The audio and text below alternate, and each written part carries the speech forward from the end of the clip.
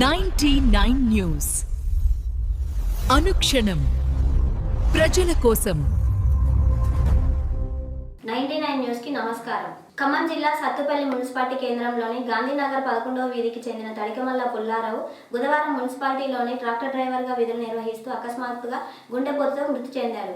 విషయం తెలుసుకున్న బీఆర్ఎస్ రాష్ట్ర నాయకులు మాజీ ఎమ్మెల్యే సండ్ర వెంకట వీరయ్య వారి నివాసానికి వెళ్లి చిత్రపటానికి నివాళులు అర్పించి కుటుంబ సభ్యులను పరామర్శించారు. ఖమ్మం జిల్లా మధిర మున్సిపాలిటీ పరిధిలోని మహిళా సంఘాలకు వడ్డీ లేని రుణాల చెక్కులను పంపిణీ చేసిన డిప్యూటీ సీఎం బట్టి విక్రమార్క. ఈ సందర్భంగా ఆయన మాట్లాడుతూ అసాధ్యం అన్నది సాధ్యం చేసి చూపడమే మా ప్రభుత్వ లక్ష్యం. పేద మధ్యతరగతి మహిళల కోసం ఎంతటి ఆర్థిక భారాన్నైనా మోసేందుకు రాష్ట్ర ప్రభుత్వం సిద్ధంగా ఉంది అని స్పష్టం చేశారు. స్వయం సహాయక సంఘాల మహిళలు కేవలం రుణాలు ఇవ్వడమే కాకుండా ఎన్జీఓల ద్వారా శిక్షణ అందించి చిన్న మధ్య తరహా పరిశ్రమలు ఏర్పాటు చేసుకునేలా సహకరిస్తున్నామని తెలిపారు. మహిళల ఆత్మగౌరవం, ఆర్థిక బలం, సమాన అభివృద్ధి ప్రజాప్రభుత్వ లక్ష్యమని డిప్యూటీ సీఎం ఈ సందర్భంగా పేర్కొన్నారు. ఖమ్మం నగరం మామిళ్లగూడెం 45వ డివిజన్లో కంకిపాటి లింగయ్యని మరియు నామవరపు శ్రీనివాసుని కలిసి పరామర్శించిన ఖమ్మం నగర కాంగ్రెస్ అధ్యక్షుడు నాగేంద్ర దీపక్ చౌదరి మరియు తదితరులు పాల్గొన్నారు. ములుగు జిల్లాలో సమ్మక్క సారలమ్మ మహాజాతర సందర్భంగా మేడారానికి విచ్చేసిన గౌరవ ముఖ్యమంత్రి శ్రీ యనుమల రేవంత్ రెడ్డి వారి కుటుంబానికి ఆత్మీయ స్వాగతం పలికి తెలంగాణ సాంప్రదాయాలకు అనుగుణంగా పట్టుబట్టలు అందజేసి ఘనంగా సత్కరించి రాష్ట్ర దేవాదాయ ధర్మాదాయ శాఖ మంత్రివర్యులు శ్రీమతి కొండా సురేఖ, ఈ కార్యక్రమంలో సహకార మంత్రివర్యులు శ్రీమతి ధనసరి అనసూయ సీతక్క పాల్గొన్నారు. వరంగల్ నగరంలో దాస్యం విజయ్ భాస్కర్, మాజీ శాసనసభ్యులు చెల్లా ధర్మారెడ్డి, కొడగండ్ల సదాంత్ రమేష్ తో కలిసి హనుమకొండలోని వరంగల్ పోలీస్ కమిషనరేట్ కు వెళ్లి కమిషనర్ సన్ప్రీత్ సింగ్ ను కలిశారు. ఈ సందర్భంగా సిపిఐ 100 సంవత్సరాల బహిరంగ సభలో సీఎం రేవంత్ రెడ్డి బీఆర్ఎస్ పార్టీపై చేసిన వ్యాఖ్యలపై కేసు నమోదు చేయాలని ఫిర్యాదు చేశారు. దాస్యం విజయ్ భాస్కర్ మాట్లాడుతూ సీఎం రేవంత్ రెడ్డి ఆదివారం రోజున ఖమ్మంలో జరిగిన సిపిఐ పార్టీ బహిరంగ సభలో బీఆర్ఎస్ పార్టీ దిమ్మెలు కూల్చాలని అనడాన్ని యావత్ ప్రజలు వ్యతిరేకిస్తున్నారని అన్నారు.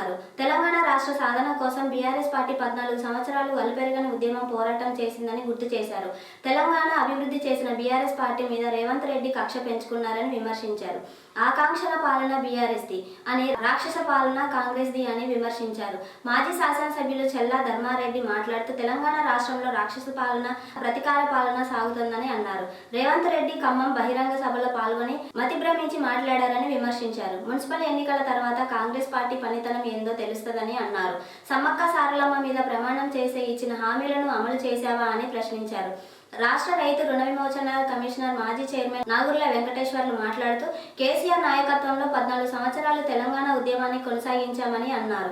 2 సంవత్సరాల కాంగ్రెస్ పాలనలో ఏ ఒక్క వర్గానికి మేలు చేయలేదని విమర్శించారు. 420 హామీలు, 6 గ్యారంటీలు అమలు చేయాలని డిమాండ్ చేశారు.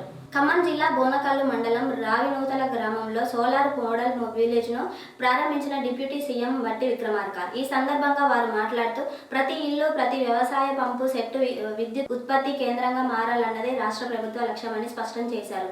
ప్రజలే విద్యుత్ ఉత్పత్తిదారులుగా మారేలా రూపొందించిన సోలార్ మోడల్ విలేజ్ కార్యక్రమం దేశంలోనే కాదు ప్రపంచంలోనే విప్లవాత్మక ఆలోచనగా నిలుస్తుందన్నారు. రావినూతల గ్రామంలో మాత్రమే 24 కోట్లతో సోలార్ ప్లాంట్లు ఏర్పాటు చేస్తున్నామని చెప్పారు. ఇళ్ల పైకప్పులపై మాత్రమే కాకుండా వ్యవసాయ పంపు సెట్లపై కూడా సోలార్ ప్లాంట్లను ఏర్పాటు చేసి కుటుంబాలను తమ అవసరాలకు వినియోగించుకున్న తర్వాత మిగిలిన విద్యుత్ సంస్థలకు విక్రయించే అవకాశం కల్పిస్తున్నామని వివరించారు. ముఖ్యమంత్రి రేవంత్ రెడ్డి నేతృత్వంలో యావత్ కేబినెట్ ఆలోచించి అమలులోకి తెచ్చిన ఈ పథకం ద్వారా ఇప్పటి వరకు ప్రజలు కరెంటు బిల్లును చెల్లించి స్థితి నుంచి ఇకపై విద్యుత్ సంస్థలే ప్రజలకు చెల్లించే దశకు రాష్ట్రం చేరుకుందన్నారు. ఈ కార్యక్రమం ద్వారా తెలంగాణ గ్రామాల శక్తి స్వావలంబన దిశగా అడుగులు వేస్తున్నాయని పేర్కొన్నారు. ఖమ్మం జిల్లా సత్తుపల్లిలో ఇటీవల హార్ట్అటాక్ తో మృతి చెందిన మున్సిపాలిటీ ఉద్యోగి తడికమల్ల పుల్లారావు కుటుంబాన్ని ఎమ్మెల్యే పరామర్శించారు. పుల్లారావు నివాసానికి వెళ్లిన ఎమ్మెల్యే ఆయన చిత్రపటానికి పూలమాల వేసి నివాళులు అర్పించారు. ఈ సందర్భంగా కుటుంబ సభ్యులను ఓదార్చిన సండ్ర వెంకటయ్య పుల్లారావు అకాల మరణం చాలా బాధాకరమని అన్నారు. కుటుంబానికి పార్టీ తరపున తన వంతు సహాయాన్ని అందిస్తామని